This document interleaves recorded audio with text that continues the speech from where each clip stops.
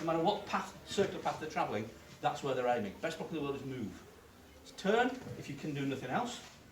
Step if you've got the opportunity. Don't step away from the problem if you can help it. If I step back from here and he misses, he's just going to keep on throwing the next punch, and then I have to step back. He's going to throw the next punch, step back. Okay? So when he punches, and I step back, and I step back, and I step back, the odds are he's going to win. Okay? Because any of you gamble? Any of you have done lottery? Honestly, of any sort? Any millionaires here? Yeah, you're not that lucky, are you? Neither am I. The problem is, the odds are stacked for him straight away. Every time I'm stepping back defending, if he throws 10 punches, I've got to get it right 10 times. He's not going to get it right once. So when he throws that punch, get into a point where I'm not stepping back from the problem. Okay? Because I can't afford it. You know, if you look what I've done, I've stepped in, look where my knee is. It's already restricting his ability to turn, step forward, step back, control. Look what I've done to his mandible and his neck. I've already put strain against his neck joint, so he's already under pain, his spinal twist. I've turned his shoulder in, so for him to withdraw that punch back now is going to be a lot more difficult. He's not going to be able, if he was here, he could pull it all the way back here. So I'll give a bit of, forget what I'm doing here, my finger would be in his eye. Let's be under no illusion here. My thumb would be coming around the mandible, taking off the carotid artery, and you know, I want to see if my two will touch. But because it's training, we're going to leave that now. Okay, but you see what I've done to his spinal column. I've twisted it really badly. He's very, very inefficient straight away. I've jammed it against his knee. I'm putting pressure sideways on his knee joint. Very hard for him to do anything. He can grab me. People go, oh yeah, but I can grab you. I'm from Leeds, man. I'm going to fucking headbutt you. You know, I'm a northerner. I'm not beyond doing biting your ears. You know, when Tyson bit that guy's ears in a boxer, I'm like, yeah, from Leeds. Nice. You know, then they went, there's rules. I'm like, oh, bad thing to do then, I guess, personally. You know, but I've got another hand. I'm going to deal with the problem. You know, what can you do from there? No, exactly. And that's the point. You are now in a very, very bad posture. And the thing with martial arts is then go, yeah, but I could do an arm. Why? I can put a headlock up. Why? Nuts are there. So let's hit him so hard he looks like he's got mumps. You know? It's not difficult. You know? You throw a hook in here. Boom! I'm just going to go in. First one will just, I'm not going to punch you, obviously. Do it again. First one's going to hit, and then I'll be hitting. All I want to do is hit and hurt. So when I was watching the bong lap, so the punch comes in, there's the bong.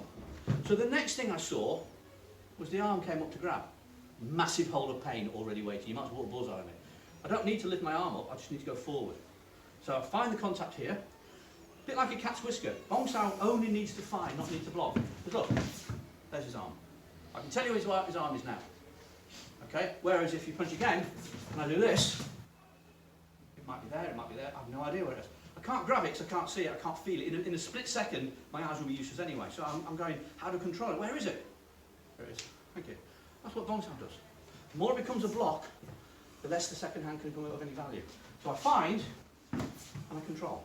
I find, and I control. I don't stay there for a week and go, look at my bong sound and look pretty in a picture. It's a pass-through point. It finds and it controls. And when it controls, it does a short, sharp pull, because from here, I'm going to move back a bit deliberately. Okay. I can't reach. Now I can. That's lap sound. It's not a big pull. Okay? Driving your car down the motorway, 70 miles an hour, okay? And you do that. What's going to happen? Crash. Yeah. Your car is going to turn that way, but the force and the momentum you've got is going to want to go that way. You're going to roll. So when I see people do bong lap, and they do that, I'll punch them. And then you lap and you pull outwards. They pull it outwards. What's going to happen? They're going to go like that. And people go, oh yes, well they're going to shoulder barge you. No, they're not, because that's a deliberate act. They're going to fall. They're travelling in this direction. You move them sideways powerfully. They're still going that way. They're going to fall. But do you remember the old cat's cradle, the old things like the little metal balls in a row? You used to pull one out and let go, and the other one you'd fly away. Newton's cradle. It's called Newton's cradle because it transfers momentum. So when you go here and you lapse out, okay, just let's hand out the way for the sake of example. Just lapse out, and you pull it outwards. You might be facing me this way. My body's going to go like this. I'm going to fall. I'm not going to shoulder barge because that's a skill. I'm going to turn that into a shoulder barge. You don't have that time. That's a skill that I'd love to have that you don't have. People always talk about it. The reality is it won't happen. What will happen is they'll fall. But it's like Newton's cradle. I fall, but I'm going to stop. The other ball, which is you, is going to take all that force. You're then going to fall on the floor, more than likely, because I've hit you quite sharply. I'm become suddenly the bravest person on the world, and I'm going to do a river dance on your face till you're not going to get back up again. Because that's fighting. Okay? So when you lapse out, you don't want to be going that way and give them the chance to fall on you. What you want to do is you want to, like if I come off at a junction on the motorway, theoretically you just do it gently. The car goes with the momentum. So you're coming towards me, so rather than trying to deflect your force, I deflect your force by going, okay, I'll go there. You can carry on now. Please do. Okay? If I do it properly, this will find, this will control, and I'm going to show you what I mean. Push, bend your arm, push hard towards me. So there's my bong sound. Okay, a lot more forceful than it needs to be. If I just try and do keep pushing hard, if I do a lapse out, what's going to happen? See what he does? He falls into me, push towards me. He'll fall towards me. If I do that, what do you think is going to happen? I've given him both hands. He's going to grab me. He's going to trap me. He's got two hands, hasn't he? He knows exactly where we are. Think about it logically. Yes. I give you two hands, what would you do? Yeah, so would I. So you've got this, put more power on. You've got this stupid amount of power. What I do is I pass responsibility. I pass it, watch. Boom. And that's what the lapse out bong lap drill is all about. That little bong lap drill we do is about going and not being two-handed or no-handed, but passing straight away.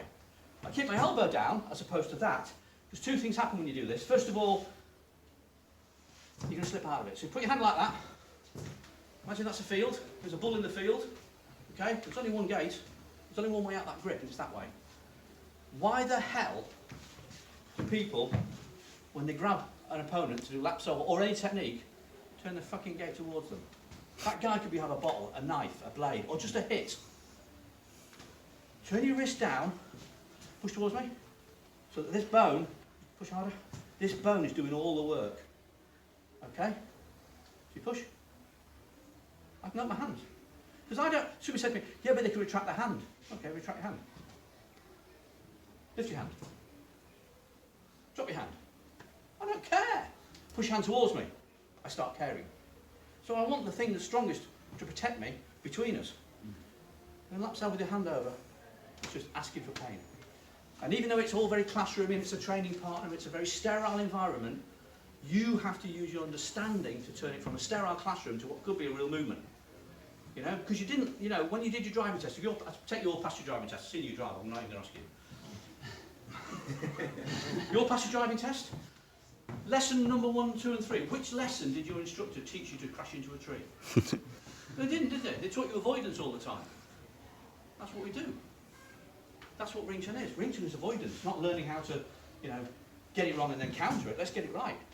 Let's get it right. So we pass the responsibility to here. I want my elbow down because we've got slippy hands. When he comes forward, I want it to drive forward. If I'm here, this next punch is going to look like that. Where's the efficiency in that? Never mind the fact if I'm here and he pushes towards me, suddenly all the work's been done by the wrist and the fingertips. I want to be here. So he pushes forward, there's my controller, there's my feed off. Okay? So it's little things in a bong lap drill, like lifting the elbow and having the hand soft. The hand has to be really soft, make your arm really strong. If he's powerful and strong, and I do it tense, this is what happens. And you see him bouncing away. In other words, I'm losing contact. If I lose contact, how do I know where he is? What if he throws that punch, I block it, bang, and then he retracts and throws a second punch? I would never know. Whereas if he punches, keep your arm really strong. Watch my hand. See it's shaking? Because when two objects collide, the force has to go somewhere. So let's give it the easy way out. Let the vibration of impact go down the hand. So the hand sticks. The hand sticks. Taking control is very easy. If I'm too tense, either by blocking or crashing or not moving out of the way and then having to push, all that happens is either I get shoulder bars or I just bash his hand out of the way. I lose contact, I lose information. Contact is information. From here, even with my eyes closed, I know he cannot, without moving that shoulder or moving in, stretch your arm out, you can't reach me. I know you can't reach me, take your hand back. Okay, so how are you going to punch? How are you going to reach me? I've got to step in. Excellent. And there's no way you can step in without me knowing. So I've got contact. Because he either, unless, grab my wrist, hold my wrist, close your eyes, unless he does this.